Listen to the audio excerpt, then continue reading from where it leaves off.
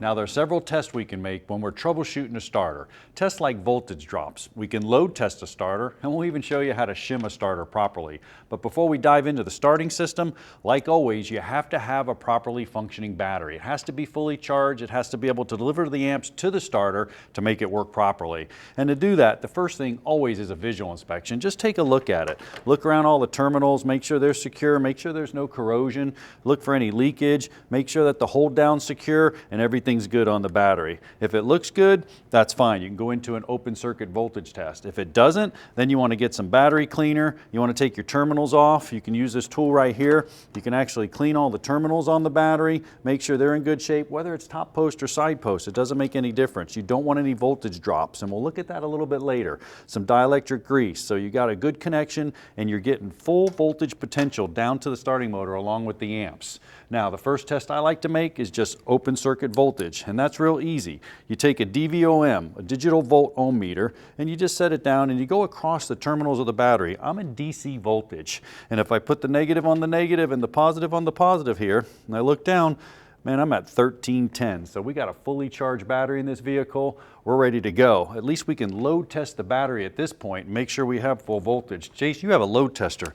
Let's take a look at that and see if this battery is actually going to hold a load. Just because it has 13.10 volts doesn't mean it can actually deliver the amps we need it to deliver. Exactly. Once you hold this tester, and it's an easy tester to use. You just want to hook it up to the battery, positive first, go into the positive side of the battery, hook him up, then the negative side, and then all we got to do is follow the prompts right on the screen.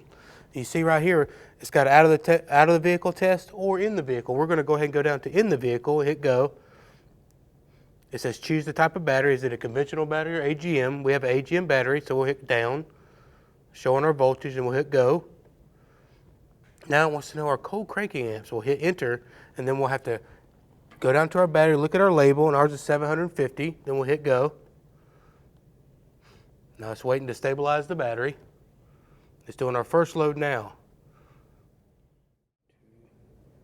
So actually it goes through the load test. Once it goes through the load test, it's going to actually take some of the amperage out of it. If you have a carbon pile load tester, you want to go ahead and cut that in half and load test it for about 15 seconds. So cut the cold cranking amps in half if it's a carbon pile. This is a conductive tester. This is actually just penetrating the plates and able to tell if the battery's in good or bad shape. But keep this in mind. Check out this chart right here. If you look at a battery and you go with that open circuit voltage, and let's just say, for example, you got about 12 volts in there. You know, that's 50% charged. You would think that's a full battery. Even at 12.4 volts, that's only 80% charged. So you want to get 12.6 or higher. All right, the next thing is prompting us for us to proceed with starting charging test. We're not going to do that, so we just select down.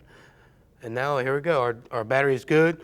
Our OCV is 13 volts. Our cold crank, it's 944 amps. This battery's good to go, John. This battery is in good shape. Well, now that the battery's in good shape, we can turn our attention to the starting system. And you know, I got a cool demo set up over the board. We can look at voltage drops, potential voltages, and how the system actually works.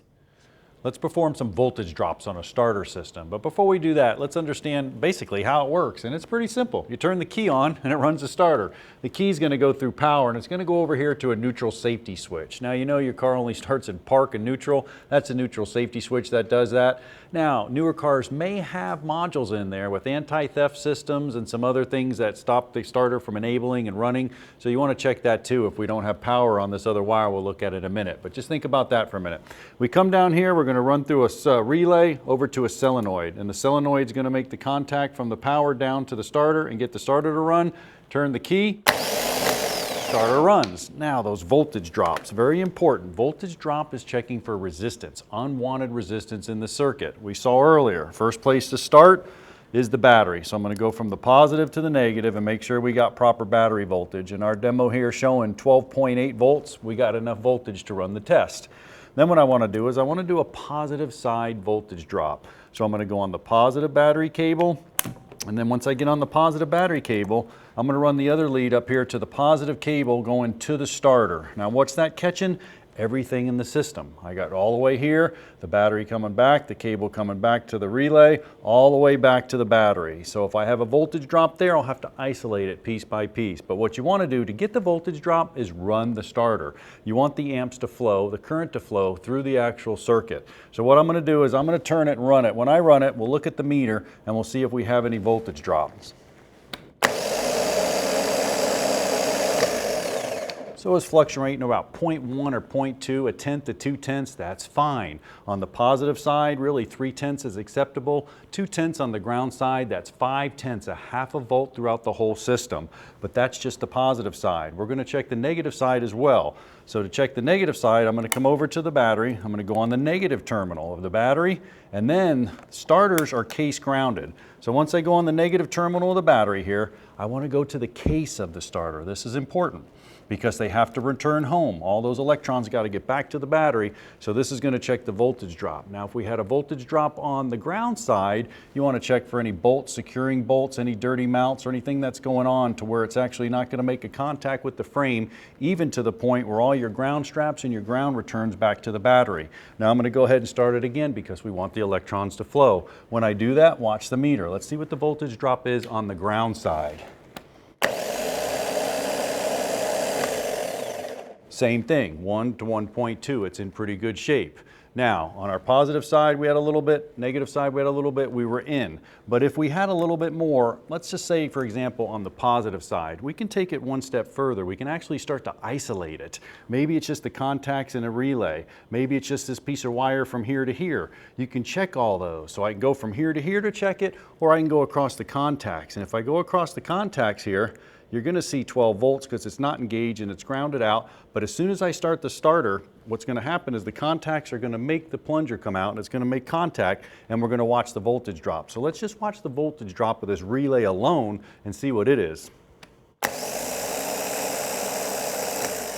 Hardly nothing, so that wasn't the problem. So a little bit of the voltage drop was probably in the cables, perhaps mounting to this board. Even the positive and negative battery cables could be slightly loose, but you can go isolate them a little by little. Now a couple things to check for. If that relay or that starter solenoid's bad, you can see I got one down here. And what happens is when you turn the key, it actually magnetically pushes the solenoid out and it makes contact with these two little posts right here. It's taking the bat terminal and it's sending it down to the motor terminal. This is a massive amount of amperage. So if any of these lugs are loose right here, or this thing's not coming out, let's say you have a voltage drop prior to getting to this and you're not getting the magnetic induction you need, this thing's not coming out making a good contact, you're going to get burnt contacts like this. Well, guess what? There's your voltage drop right there. If I'm running that starter with low voltage, I'm doing damage to the starter. It's going to cook the armature, it's going to cook the commutator, all kinds of things go inside in there you don't want to happen. Now here's some forms of voltage drops. You can actually have wires that are crimped, that's really not crimped real well. Well, those electrons, those atoms, they can't run through there. So what's happened, it's a restriction. It's like a hose. It's not going to get there. Here's one right here. It may be frayed internally. This is why I don't like to use resistance, because this one's going to show up as fine if I do it with resistance, but if I try to push some amps through there, this is just a fusible link. This thing's going to burn in a heartbeat. Also heat. Make sure that you run any of these starter wires right here. I have all this heat damage right here. Heat introduces resistance into the starter circuit. Also the length of the cable. If you run the length of the cable and the cable gets real long, that's causing resistance, just the air alone. So make sure you route everything away from the heat to the length you need, make sure all your connections are secure, and use this voltage drop method when testing your starter system. Well, we know our battery's in good shape, and we know we don't have any voltage loss due to our voltage drop checks of our starter system. Now we can actually look at the cranking amps it takes to run the starter, and that's called a load test on the starter. In order to do that, we're going to use our VAT45, and it's really simple to do. What I'm going to do is I'm going to take the positive, put around the positive cable, the negative around the negative, and we'll let the machine initialize and start up. But remember earlier, we used a conductance tester to test the battery. Well, we can load test the starter with this one as well. It's simple, just hook it up, follow the prompts. It'll tell you the cranking amps that's going on when you crank the car over. But I want to do this one so you can actually see it time out and you can see the amps on it as we start to crank the car. Now, a couple things to do. We want to put the probe on. But this time we're going to take our amp probe and we're going to put it around the positive cable going down to the starter. Well, why are we doing that? Because we want to read amps. Well, the amps are running when we crank it through that cable to the starter, and this one's going to count them. So I'm going to put it around the cable going down to the starter, which is located right here. The positive ones, that's the hot lead to the back of the starter. And then what we're going to do is just simply follow the prompts. I come over here and I scroll down to starter. That's what we're going to do. I hit yes, which is enter, wants us to disable the ignition. Now this is important because we want to crank it over for an extended period of time for it to read the amps that are running down to the starter.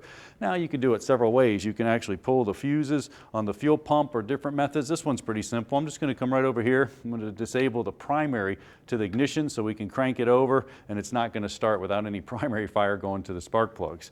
Now what I do, I say yes to that. And when I say this, yes to that, it says go ahead and zero and put it on. I put the probe on, so we're ready to go.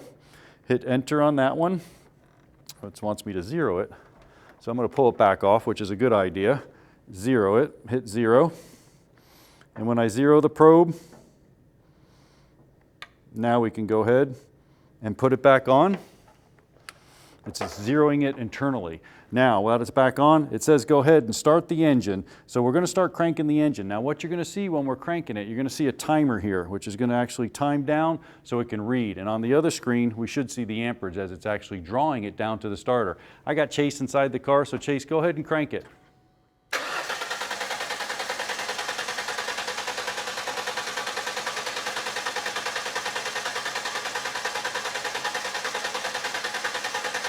Great. All right, so it had to crank it through a whole cycle. It actually took the amps and it read the amps. Now what's going on? It says the average was about 146, the max was 150, which is good. Now always check your manufacturer specifications for yours because it may draw a little bit different. But you know, most average 6-cylinder or 8-cylinders draw between 150 and 300. Be careful if you're messing with diesels. They can draw 600, 700, 800 amps. So make sure you check your manufacturer specifications for the draw for your vehicle you're working on. Now, what if you had a high draw? Well, a high draw could be mechanical resistance. What is mechanical resistance? Maybe the engine's seized up, thick oil, or the pinion's in contact with the flywheel and it's very hard to turn. You can also have a short. The armature in the starter could be shorted and that's going to draw a massive amount of amperage down there. So this is a real good test. Now if you have low amps, well, that's either some kind of resistance where we're not getting voltage down there, or you can have a pinion problem where it's just spinning, not even making contact. It's not going to take much to drive it if it's not contacting the flywheel. Now these tests right here with this load test will tell you what's going on with the starter conditions. That with the voltage drops, we're almost there. We just need to look at how to shim a starter properly. Well, we got the electrical diagnosis down pat. Let's turn our attention to starter shimming. And I want to show you a couple things. Inside the starter here is the actual pinion. The pinion actually comes out and it drives the flywheel. Here's one out. This is a whole armature assembly with the pinion located right here. All we need is a flywheel. I got one right here. Look at this, man. It's 8 up. It sure is, okay? Now here's the deal with the pinion to flywheel clearance. We want to get the pinion right up against the flywheel. And I'll tell you how to do it perfectly. You can take a look at this graphic right here. And on the graphic, you can actually see this 20 thousandths feeler gauge in between the flywheel, which is in blue, and then in green is the pinion. If you can get it in between there, you're going to have perfect clearance every time. You're not going to have any issues like this. Now, a couple other tips for you. Let's say you're cranking the car and you get that continual whine, that high-pitched whine while you're cranking. Well, a lot of times the starter's actually too far away from the flywheel. So if it's too far away from the flywheel, you want to get it a little closer, you may have a shim. You want to go ahead and remove that shim. It's going to bring it a little closer to the flywheel and you'll get rid of that. Now, just the opposite. What if you're cranking and cranking and cranking and you let go of the key? You know the sound, da-da-da-da-da-da, wing! Yeah, that one right there. Well, what's happening, it's too close and it's binding up with the flywheel. So in that case, you want to add a couple of shims, and when you add a couple of shims, you'll pull it away a little bit from it and keep testing it till you get that sound about right in there. That's going to cause it not to have any problems. Now, if it says no shims on it, no shims. Don't worry about it. It's going to be preset. But that's how you shim a flywheel. It's pretty easy. But if you don't, you're going to have this. And man, I don't like this at all. This actually chewed it up. That's just not shimmed right, kept eating it eventually. This is a costly job. So just taking the precaution to shim it properly is going to stop your flywheel damage and pinion damage at the same time. Let's take a look at this engine right here and have, what if we had a timing problem? If it wasn't timed in correctly, we can get what we call kickback. Yeah, and that's really detrimental on a starter. What's happening is the timing, you go ahead and butcher it up a little bit. I'm gonna mess with this timing a little bit. Yeah, there you go. And I'll crank it up. Maybe we can get it to kick back. Let's see what happens. There it goes. Man, that's a massive amount of stress on that starter. Sure is. Now, make sure it's very, very important that your battery is in perfect condition before performing any of these tests. Yeah, you know, and if you perform all these tests, troubleshooting a starter is going to be a breeze.